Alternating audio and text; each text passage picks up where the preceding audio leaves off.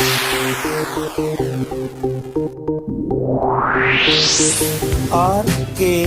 स्वागत है दोस्तों आपका एक बार फिर से हमारे YouTube चैनल RKB कैंफी वीडियोस में। कक्षा 10 की एनसीईआरटी बुक के हम आपको चैप्टर नंबर जो 3 है धातु और अधातु, उसके हम अभ्यास के प्रश्न आपके सामने लगातार प्रस्तुत कर रहे हैं, जिनमें हमने आपको पहले 4 प्रश्न प्रस्तुत कर दिए हैं। उम्मीद कर रहे हैं कि पिछली वीडियो आपको अच्छी प्रकार से समझ आ गई होगी, तो उसी को देखते हुए हम आपको आगे के न्यूमेरिकल्स क्वेश्चन आपके सामने प्रस्तुत करने जा रहे हैं। तो आइए देखते हैं आज के लिए क्वेश्चन नंबर 5 क्या दिया गया है। क्वेश्चन नंबर 5 में आपको कहा गया है कि यदि आपको एक हथौड़ा, एक बैटरी, बल्ब, तार एवं स्विच दिए जाते हैं, तो नंबर ए में पूछा है कि इनका उपयोग करके आप धातुओं एवं अधातुओं के नमूने के बीच किस प्रकार से अंतर कर सकते हैं, विभेद कर सकते हैं।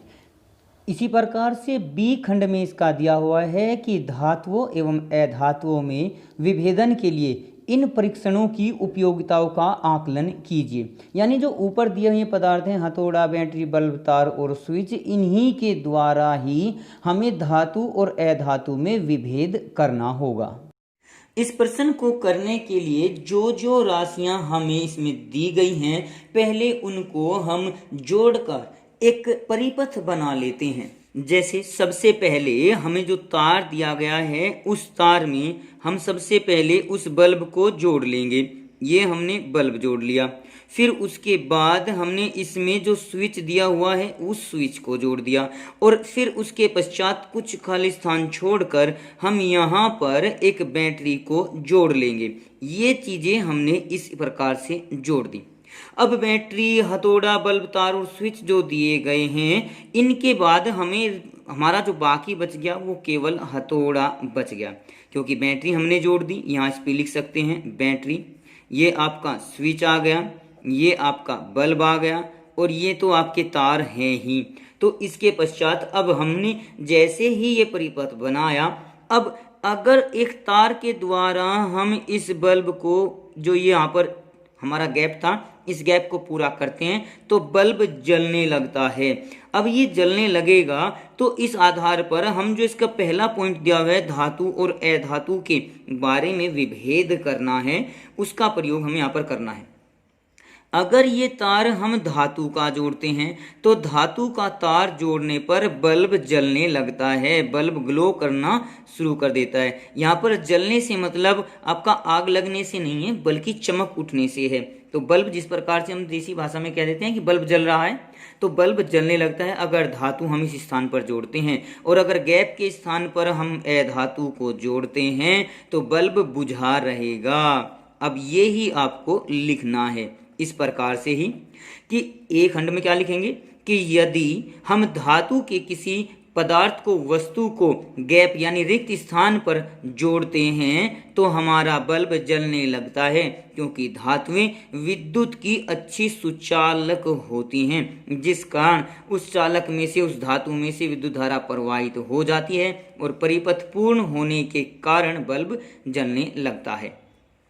जबकि अधातु में भी आप लोग एक बात जरूर लिख देंगे यहाँ पर, ग्रेफाइट को छोड़कर, क्योंकि ग्रेफाइट एक ऐसी अधातु है जो विद्युत की सुचालक होती है। तो अधातु को इस रिक्त स्थान पर जोड़ने से हमारा बल्ब नहीं जलता, क्योंकि अधातु विद्युत की कुचालक होती हैं, जिस कारण विद्युत का प्रवाह अवरुद्ध हो जाता है, रुक जाता है तथा परिपथ पूरा नहीं हो पाता। इसी कारण बल्ब नहीं जल पाता।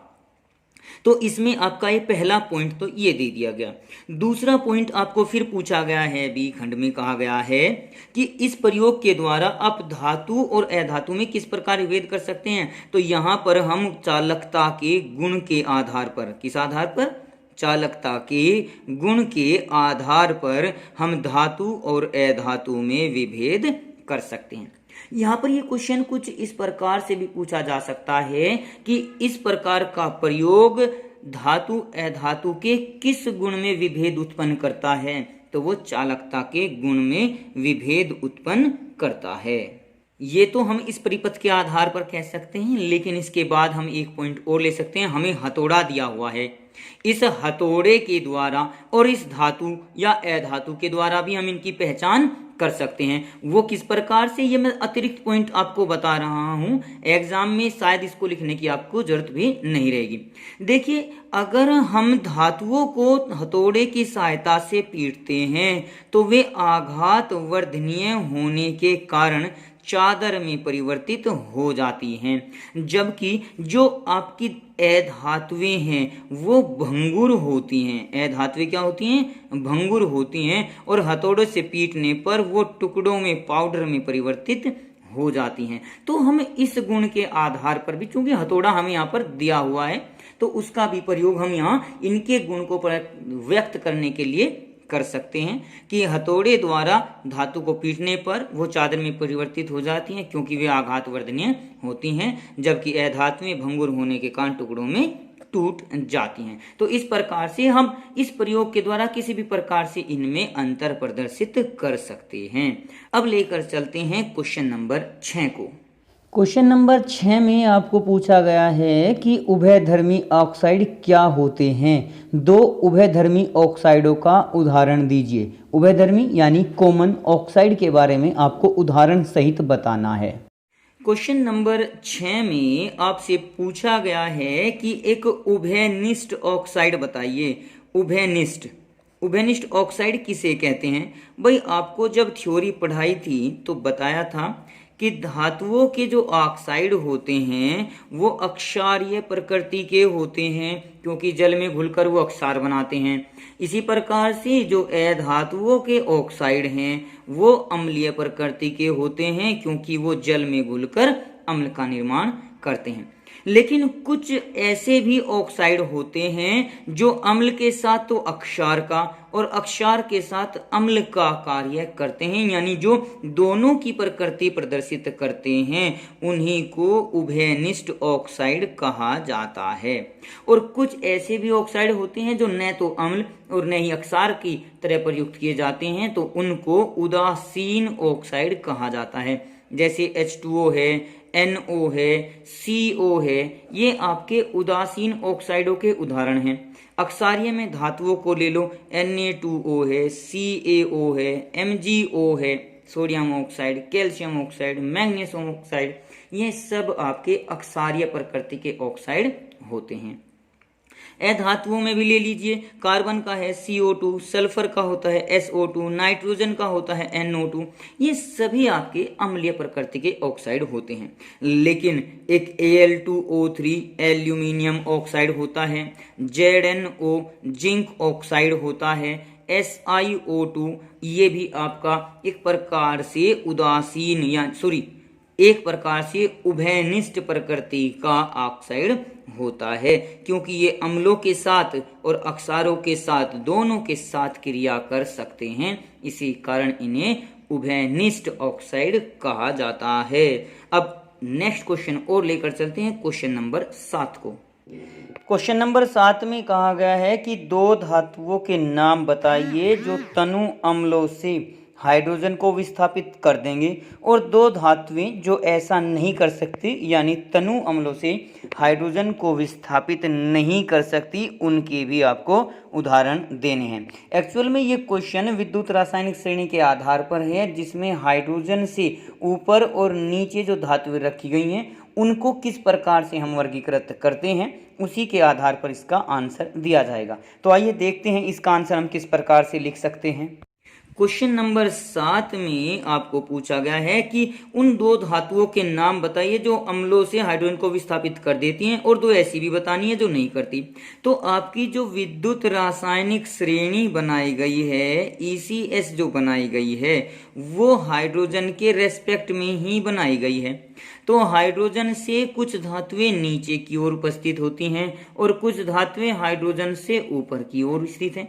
जो ऊपर की ओर स्थित धातुएं होती हैं उन्हें सक्रिय धातु, जबकि नीचे की ओर स्थित धातु को कम सक्रिय धातु कहा जाता है।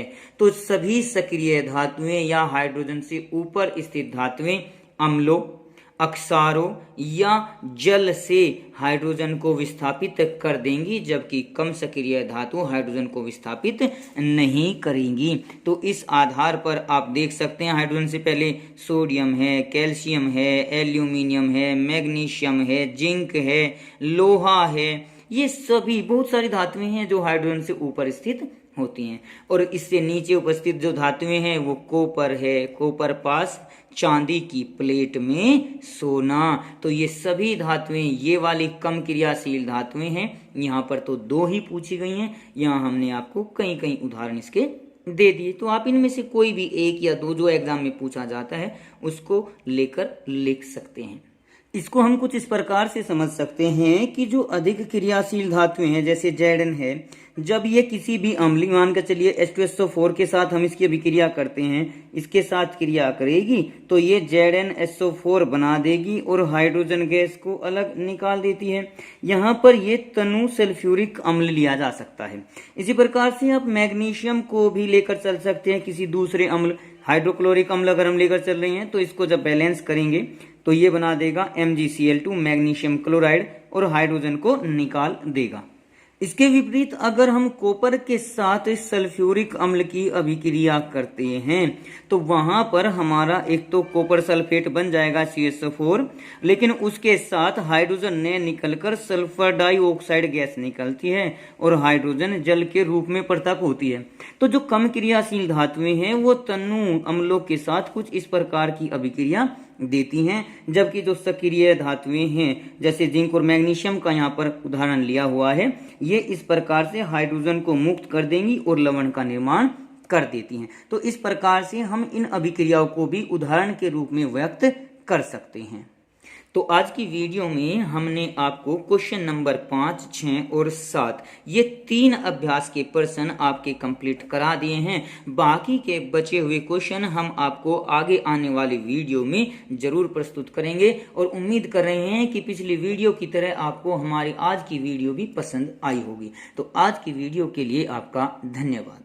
आज की वीडियो में बस इतना ही। अगली वीडियो प्राप्त करने के लिए हमारे चैनल को सब्सक्राइब करें, वीडियो को लाइक करें और अगर वीडियो अच्छी लगे तो कमेंट्स करें और दोस्तों को भी शेयर करें।